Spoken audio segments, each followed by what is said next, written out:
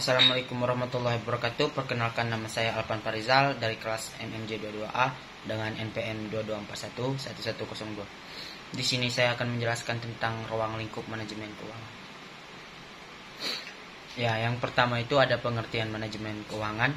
Manajemen keuangan atau disebut pembelanjaan meliputi semua aktivitas yang berhubungan dengan usaha mendapatkan dana dalam kurung funding yang dibutuhkan perusahaan, serta menggunakan dana atau mengalokasikan dana disebut secara efisien dalam kurung biaya dan efektif dalam kurung waktu untuk mencapai tujuan perusahaan. Lalu ada the main goal, maximum stockholder value, memaksimalkan nilai pemegang saham. Indikatornya nilai perusahaan atau dalam kurung frame value yang maksimal, harga saham share price dalam kurung yang memaksimal. Lalu, apa yang dimaksud dengan memaksimalkan nilai pemegang saham?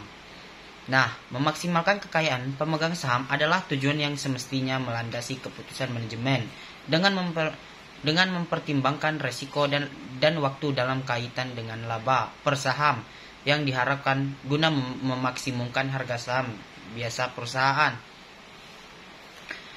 Memaksimumkan nilai perusahaan tidak terbatas pada memaksimumkan laba, tetapi mempertimbangkan, yaitu ada beberapa hal. Yang pertama ada pengaruh waktu untuk nilai uang, dalam kurung inflasi, tingkat suku bunga bank. Yang kedua ada resiko atas arus pendapatan perusahaan. Yang ketiga tingkat arus kas dan dana yang diterima, masa yang akan datang mungkin beragam. Lalu, apa itu memaksimumkan nilai perusahaan? Nah, adalah memaksimalkan kekayaan pemilik perusahaan, bukan memaksimalkan profit. Lalu, ada beberapa hal yang harus diperhatikan. Yang pertama ada return dalam kurung EPS atau ROI. Yang kedua ada timing on return. Yang ketiga ada cash flow yang tersedia di pemegang saham. Yang keempat ada risiko. Nah, lalu ada hubungan manajemen keuangan dengan neraca. Manajemen keuangan, pembelanjaan pasif, neraca sisi pasif, pembelanjaan aktif, dan neraca sisi aktiva. Aktiva lancar, hutang jangka panjang. Aktiva tetap, akumulasi penyusutan total aktiva. Manajemen keuangan sering disebut pembelanjaan aktif atau dalam kurung aktiva dan pembelanjaan pasif dalam kurung pasiva. Lalu ada perbedaan peranan akuntan dan manajer keuangan. Akuntan mengumpulkan dan menyajikan data keuangan dan berperan dalam memberikan perkembangan yang konsisten dan kemudahan. Menginterpretasikan data tentang operasi perusahaan yang lalu, saat ini dan yang akan datang.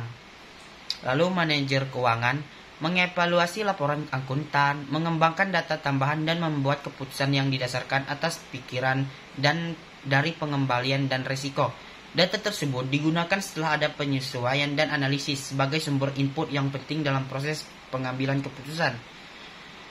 Financial analysis, planning and controlling, making investment decision, dan making financing decision. Lalu ada proses manajemen keuangan atau for profit organization.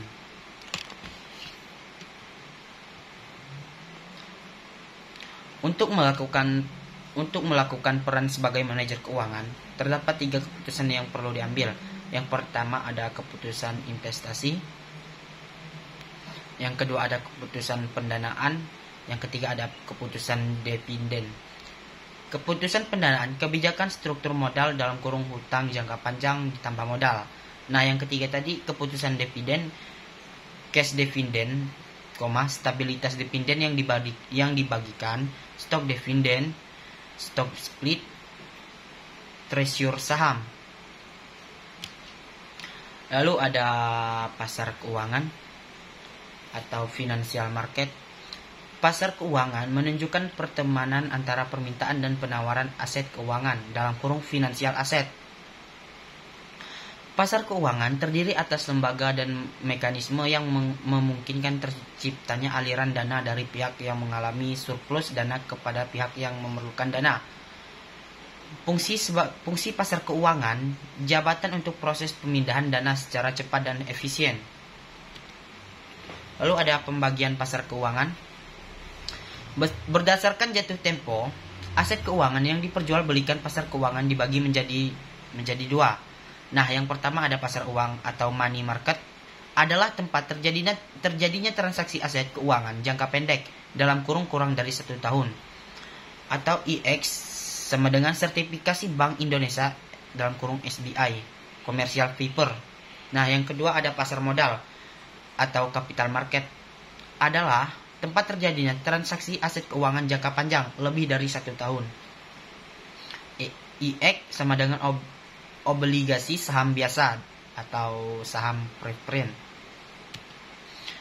Nah, lalu ada aktiva perusahaan, operasional perusahaan, modal kerja, dana yang dibutuhkan perusahaan untuk operasional perusahaan sehari-hari. Ada aktiva tetap, tanah, gedung, peralatan, mesin. Dari skema di atas, manajer keuangan harus mengambil keputusan. Yang pertama ada penggunaan dana, yaitu panah nomor 2, disebut sebagai keputusan investasi. Keputusan investasi akan tercermin pada sisi aktiva perusahaan yang akan mempengaruhi struktur perusahaan. Yang kedua adalah memperoleh dana, yaitu panah nomor 2, disebut sebagai keputusan pendanaan. Pembagian laba, yaitu panah nomor 4, disebut sebagai kebijakan dividen. Keputusan pendanaan dan kebijakan dividen akan tercermin pada sisi pasifa perusahaan. Lalu ada sumber dana, dana dalam, dana luar, pembelanjaan internal, pembelanjaan intensif, pembelanjaan diri sendiri, pembelanjaan asing. Nah, sumber dana dari dalam. Sumber dana perusahaan yang berasal dari hasil operasi perusahaan. Sumber dana ini diambil dari dana yang dibentuk dan dihasilkan sendiri di dalam perusahaan. Berarti dana yang dikekuatan sendiri. Dalam kurung laba ditahan, dana cadangan perusahaan. Nah, sumber dana dari luar. Kebutuhan dana yang diambil dari sumber-sumber di luar perusahaan. Sumber ini diambil dari pemilik atau calon pemilik. Nantinya akan membentuk modal sendiri, atau perusahaan bisa memenuhi kebutuhan dana dari kreditur.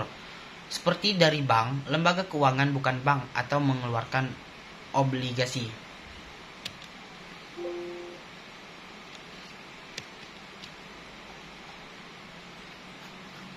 Itu saja yang dapat saya sampaikan. Saya ucapkan terima kasih. Wassalamualaikum warahmatullahi wabarakatuh.